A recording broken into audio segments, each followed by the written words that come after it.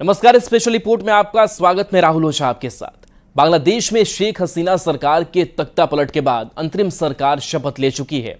मोहम्मद यूनुस बांग्लादेश की अंतरिम सरकार के मुखिया बन चुके हैं, लेकिन अभी तक बांग्लादेश में हिंदुओं के खिलाफ कट्टरपंथी हमले नहीं रुके हैं। बांग्लादेश में हिंदुओं के खिलाफ क्रूरता और हिंसा की लगातार तस्वीरें और खबरें आ रही हैं। बताया जा रहा है कि बांग्लादेश के 64 जिलों में अब तक 45 जिलों में हिंदू विरोधी हिंसा की आग फैल चुकी है। ऐसे में सवाल ये है कि दंगा देश बन चुके बांग्लादेश में 1 करोड़ हिंदू कब और कैसे सेफ होंगे। আইন অনুযায়ী অন্তর্বর্তীকালীন সরকারের প্রধান উপদেষ্টা পদের কর্তব্য বিশ্বস্ততার সহিত পালন করিব। बांग्लादेश में तख्ता पलट के 72 घंटे बाद अंतरिम सरकार बनी, लेकिन सबसे बड़ा सवाल, क्या अब हिंदू सुरक्षित होंगे?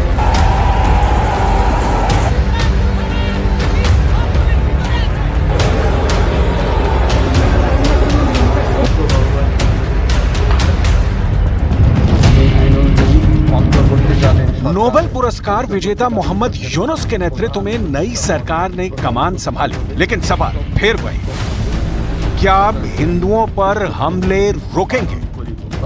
पेशे से अर्थशास्त्री मोहम्मद यूनुस ने अंतरिम सरकार की कमान तो संभाल ली, लेकिन बांग्लादेश के प्रमुख का ये पद कांटों भरे ताज से कम नहीं है, क्योंकि शेख हसीना के तख्ता पलट के बाद भी बांग्लादेश में हालात संभलने की बजाय और बिगड़ गए।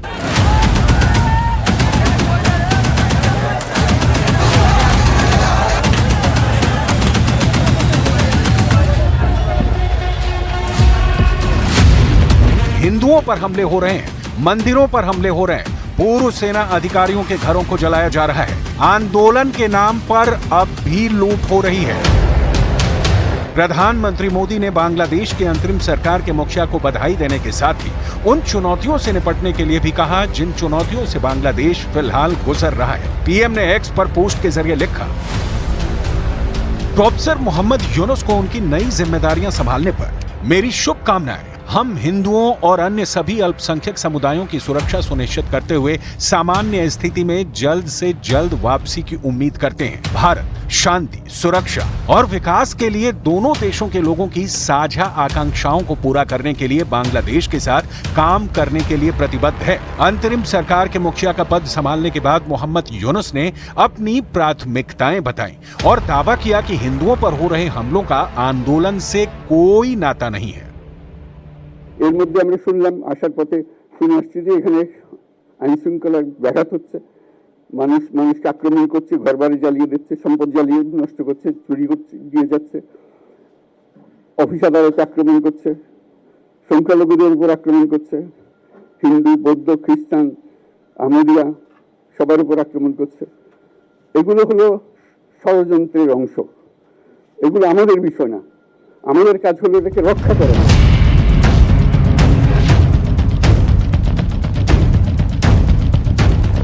मोहम्मद यूनुस चाहे जो दावा करें, हिंदुओं पर हमले के पीछे की वजह चाहे जो गिनाए, लेकिन सच ये है कि फिलहाल बांग्लादेश में हिंदू सुरक्षित नहीं है और हिंदुओं की सुरक्षा का जिम्मा देश की सरकार के ऊपर है। लेकिन फिलहाल हालात क्या हैं, अब जरा वो देखिए।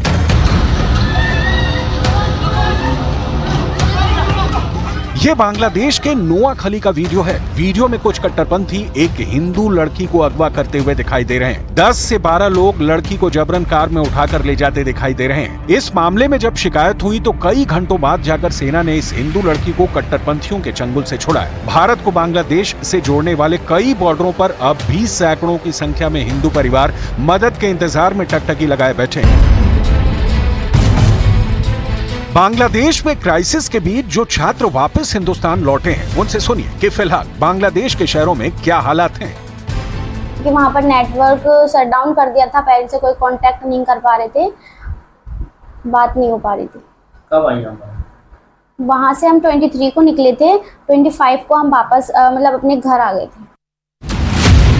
बांग्लादेश में चुनौती बड़ी है, सरकार पर जिम्मेदारी बड़ी है, लिहाजा अब अंतरिम सरकार से उम्मीद यही है कि हालात जल्द ही सामान्य होंगे।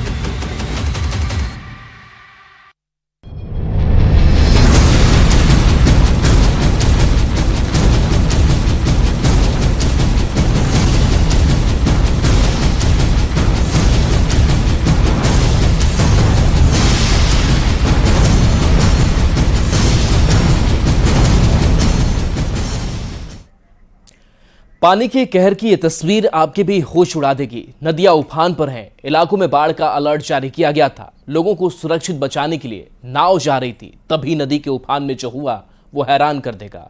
देखिए ऑपरेशन जिंदगी।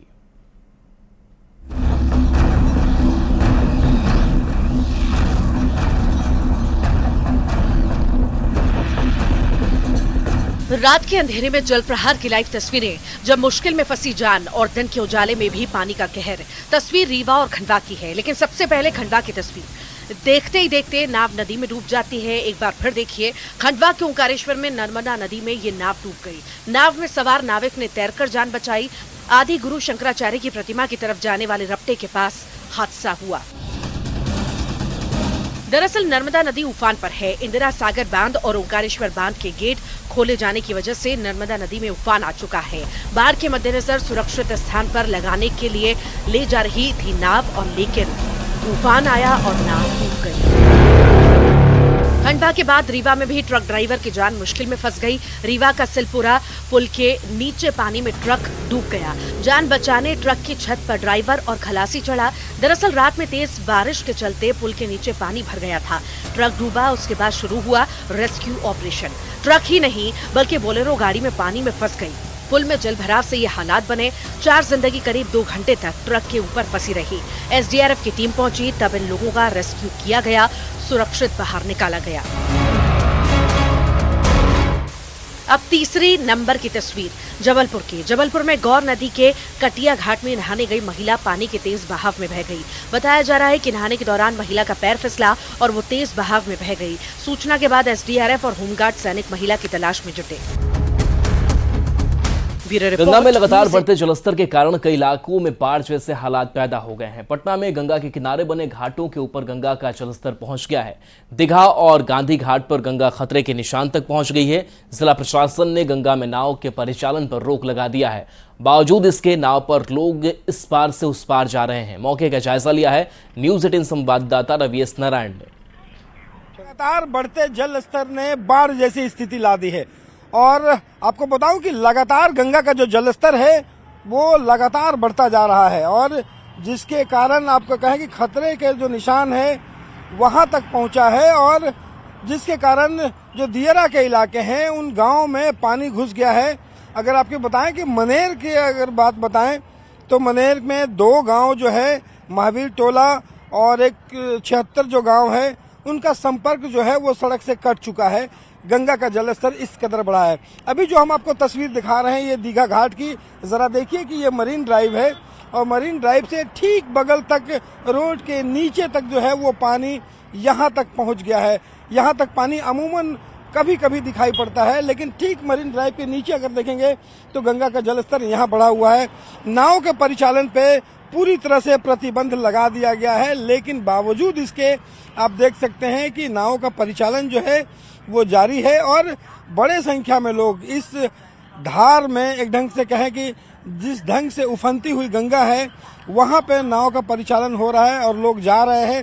हालांकि ये किसी खतरे से कम नहीं है, इस पर सख्ती से पाबंदी लगनी चाहिए। और यहाँ पे आपको बताऊं कि तमाम लोग जिन गाँवों में पानी घुस रहा है वहां से लोग अपने मवेशियों को लेकर के सड़क पर आ रहे हैं। जो लोग गांव से निकल करके बाहर आ रहे हैं वो भी हमारे साथ है।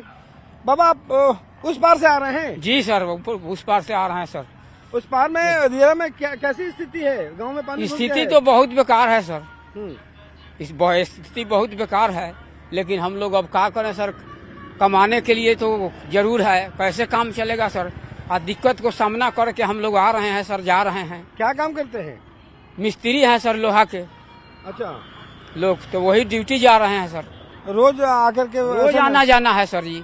तो इतना गंगा उफनती हुई है, डर नहीं लगता है या बहुत? डर तो लगता है सर, लेकिन क्या किया जाए, डर के सब करेंगे तो बाल बच्चा कैसे चलेगा सर, सब कार्यक्रम कैसे चलेगा, यही सब बात है सर। और ये जरा देखिए कि यहाँ पे अगर देखिएगा कि मवेशियों को जो है, मवेशियों को लेकर के जो लोग हैं वो किनारे पर आ गए हैं, मरीन ड्राइव के नीचे तक पहुंचे हैं, ताकि मवेशी को जो है कम से कम सुरक्षित रखा जा सके।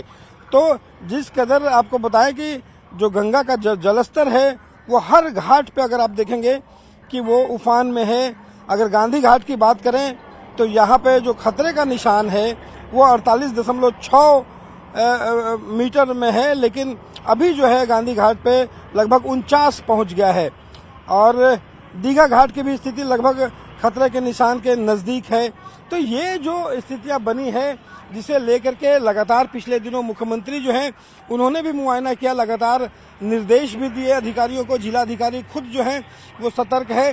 तो देखने वाली स्थिति है कि अगर गंगा का जल स्तर ऐसा ही थोड़ा और अगर बढ़ता रहा तो लोगों की परेशानियां जो है वो ज्यादा मुश्किल हो सकती है। कैमरा पर्सन सुबोध के साथ रवि एस नारायण, न्यूज़ 18 पटना। पटना में गंगा उफान पर है। एनआईटी में दूर दूर तक गंगा की लहरें नजर आ रही हैं। एनआईटी घाट की एक एक करके सारी सीढ़ियां जलमग्न हो गई है। मौके का जायजा लिया है संवाददाता विनीता मिश्रा ने। राजधानी पटना सहित पूरे बिहार में पिछले दिनों हुई झमाझम बारिश का असर है कि गंगा का जो जल स्तर है वो लगातार बढ़ता जा रहा है। एनआईटी की तस्वीर यहां साफ तौर पर दर्शा रही है कि गंगा की धारा कितनी तेजी से यहां बढ़ती हुई नजर आ रही है। जितनी भी सीढ़ियां थी वो पूरी तरीके से जलमग्न हो गई है और जो गंगा की रफ्तार है वो लगातार बढ़ रही है। ऐसे में आम लोगों से अपील लगातार की जा रही है कि वो कोई भी खतरा मोल ना ले, गंगा की धारा में डुबकी ना लगाएं। बावजूद इसके कई लोग डुबकी लगाते हुए भी नजर आ रहे हैं। दूर दूर तक गंगा की धारा नजर आ रही है। यहाँ एनआईटी की जो तस्वीर है ये देखिए, सीढ़ियां नजर आती थी लेकिन फिलहाल एक भी सीढ़ी एनआईटी के पास नजर नहीं आ रही क्योंकि सभी सीढ़ियां एक एक करके जलमग्न हो गई है। जो मीटर है यहाँ पे 3 मीटर हुआ करता था, 2 मीटर पूरी तरीके से जलमग्न हो गई है। जो तीसरा मीटर है वो यहाँ नजर आ रहा है। जो गंगा की धारा है वो लगातार बढ़ रही है। 10 मीटर तक गंगा की जो धारा है वो पहुंचने वाली है, 9 मीटर को क्रॉस कर चुकी है। अगर 10 मीटर से ऊपर जाएगी गंगा की धारा तो पटना में इसे खतरनाक घोषित किया जाएगा क्योंकि 2016 में 10 मीटर के ऊपर गंगा की धारा पहुंची थी और बाढ़ का जो माहौल था वो देखने को मिला था। और अभी जो तस्वीर है वो बदल गई है।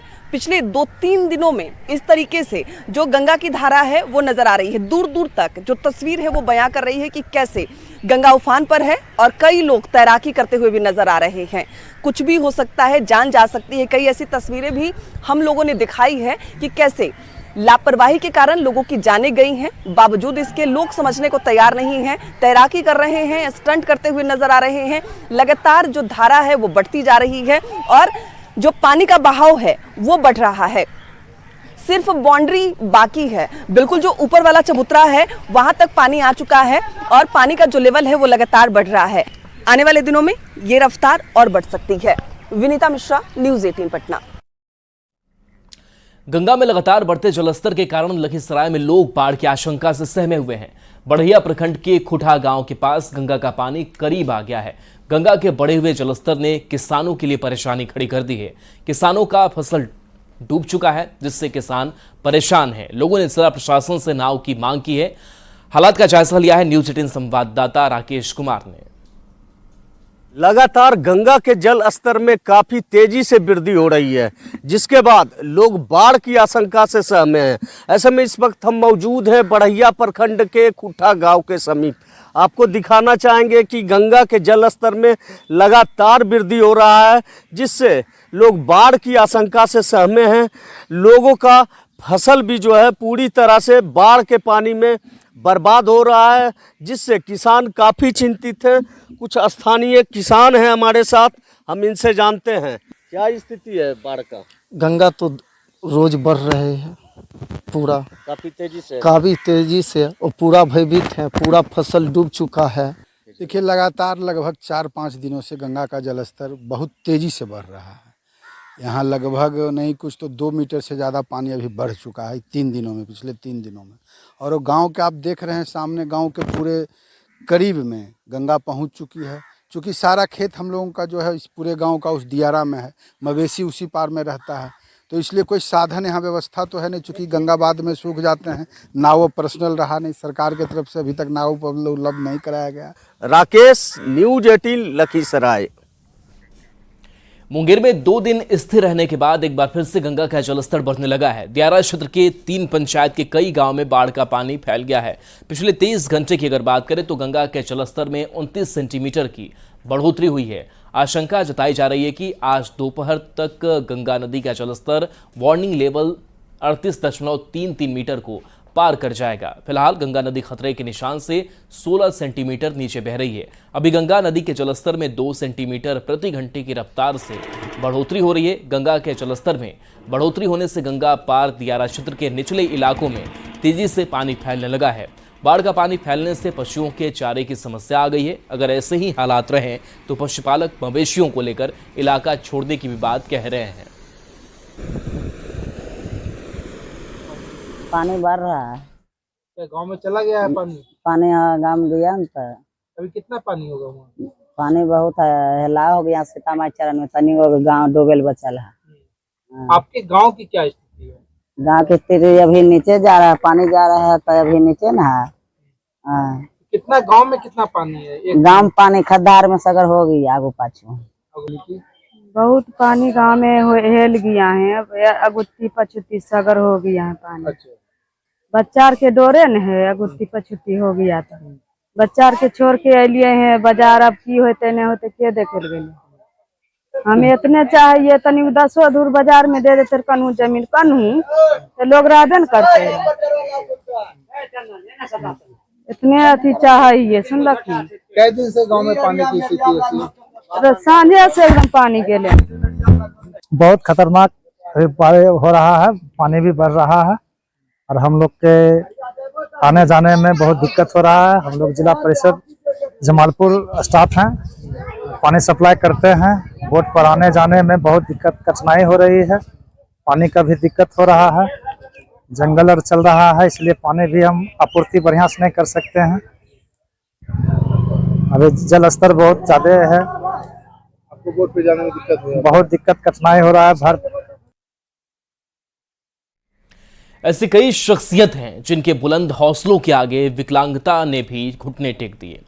किस्मत ने ऐसे जख्म दिए जिनसे जिंदगी बदल गई, लेकिन दोगुने उत्साह के साथ उन्होंने लक्ष्य साधा और उसे हासिल कर मिसाल कायम की। कटिहार की रहने वाली दिव्यांग चांदनी की कहानी भी कुछ ऐसी ही है, जिसमें हौसले और प्रतिभा की कोई कमी नहीं है। क्या है चांदनी की कहानी और उसे पीएम मोदी को पैरों से पत्र क्यों लिखना पड़ा, ये रिपोर्ट देखिए।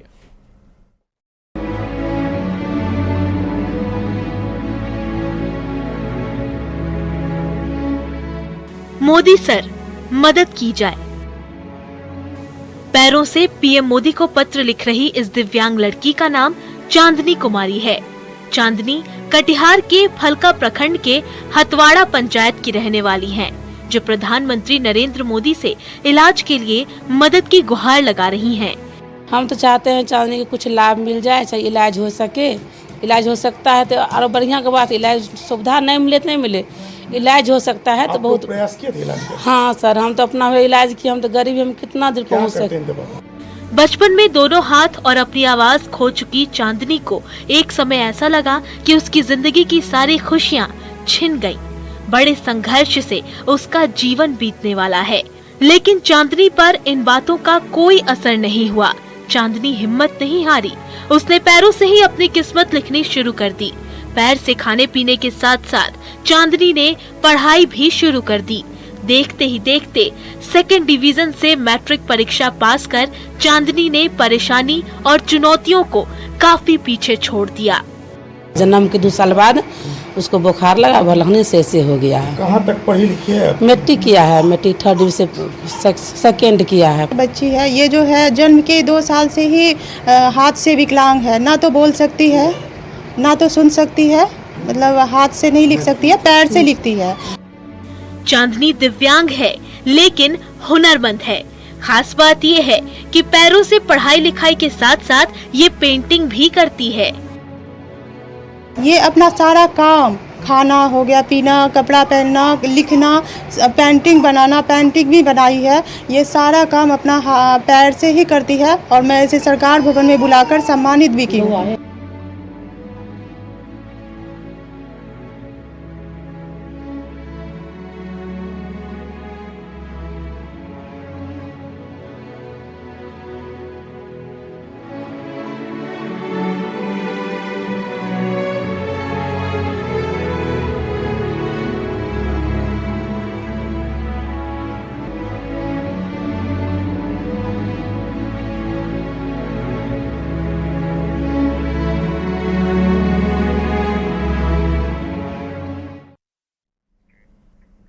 खबर सहरसा से है, जहां नेपाल के तराई इलाके में लगातार हो रही बारिश के कारण कोसी नदी के जलस्तर में लगातार वृद्धि हो रही है, जिससे नौहट्टा प्रखंड के केदली पंचायत के असई, छतवन, रामपुर सहित 12 से ज्यादा गांव में पानी घुस गया है। लोगों को खाने पीने से लेकर मवेशियों के सामने चारा की समस्या उत्पन्न हो गई है। घर आंगन में पानी का डेरा है। बाढ़ पीड़ित लोगों से बात की न्यूज 18 संवाददाता कुमार अनुभव ने।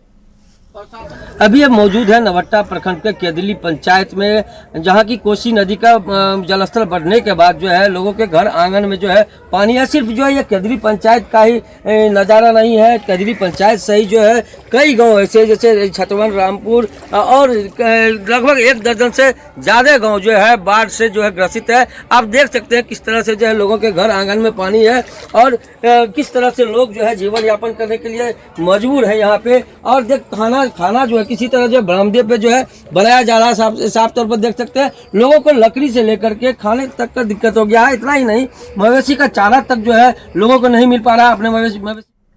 और चलिए न्यूज 18 बिहार झारखंड पर खबरें आपके लिए लगातार जारी हैं।